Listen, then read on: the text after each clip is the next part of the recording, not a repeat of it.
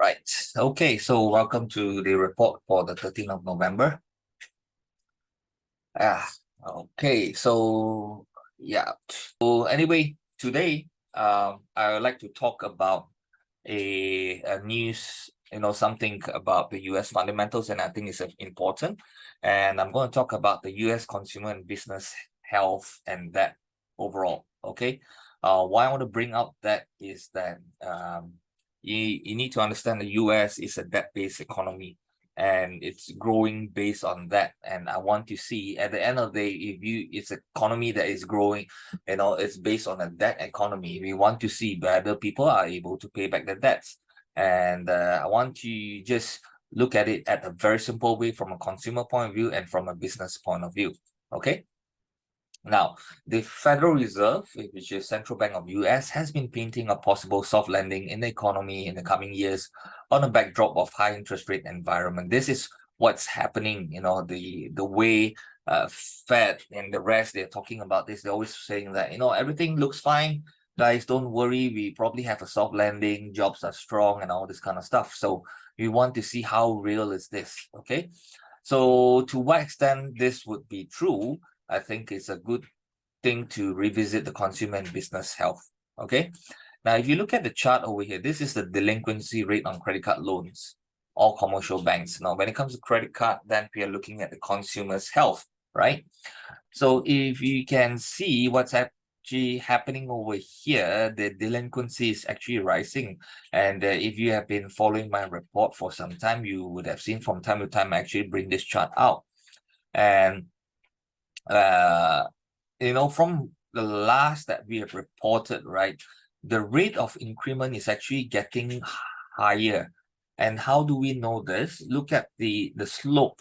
Okay, it's getting steeper over here, and this is not a surprise. If you keep on increasing interest rates, eventually there will be an issue. And furthermore, I've also spoken in the past about the US savings, whatever savings that they have accumulated during the COVID period, that is all used up already.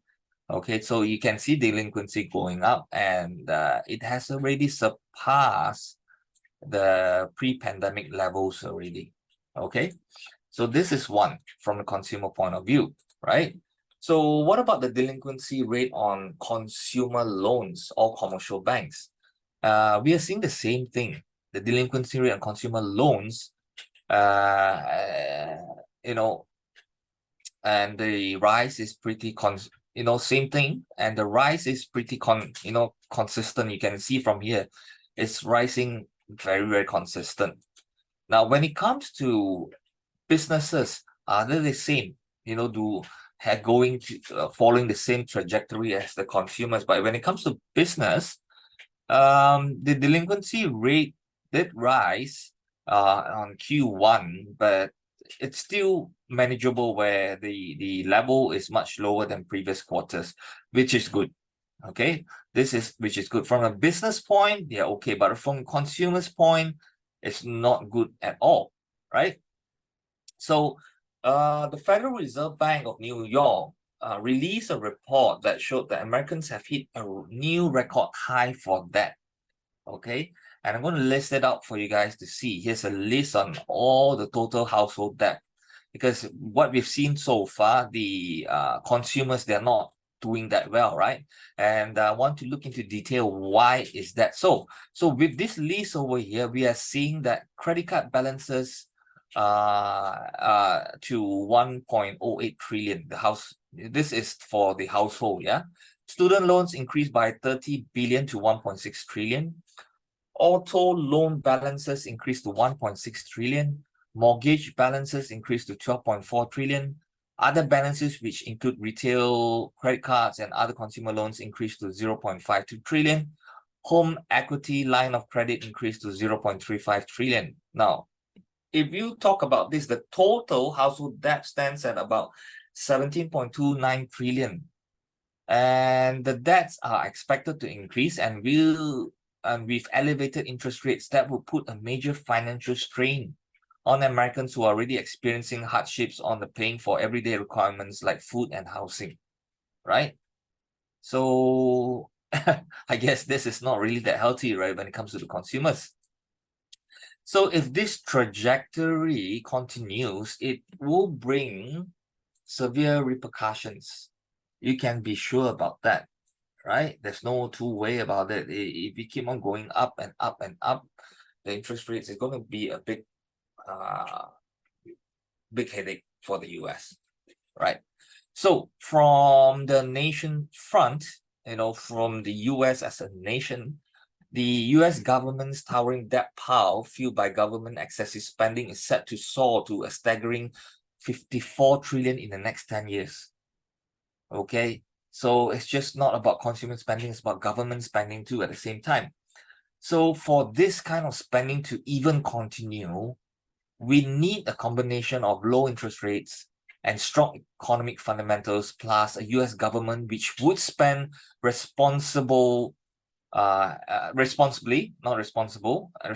and force strategic reforms to ensure long-term financial stability. Now, this part is not going to be easy. I have to tell you that we have seen so far government spend responsibly and force strategic reforms to ensure long-term financial stability. This is not something that easy because it's going to involve some economic pain, right? And no consumers would want that. And sometimes the governments, they are a bit reluctant to do this kind of exercise, because they know that if they do this, they hurt the American consumer, they probably won't be the next sitting government. Okay, so these are the issues that are being faced. But other than that, yeah,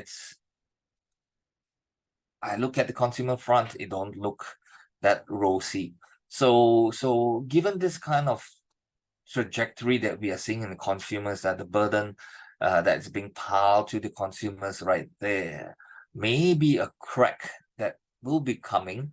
So I would caution those that that believe whatever things, soft landing and this kind of things, don't be readily too easy to go and believe all this kind of stuff. You just have to be very, very careful. And the longer the US government maintains the interest rates at elevated levels, the bigger the repercussions can actually hit.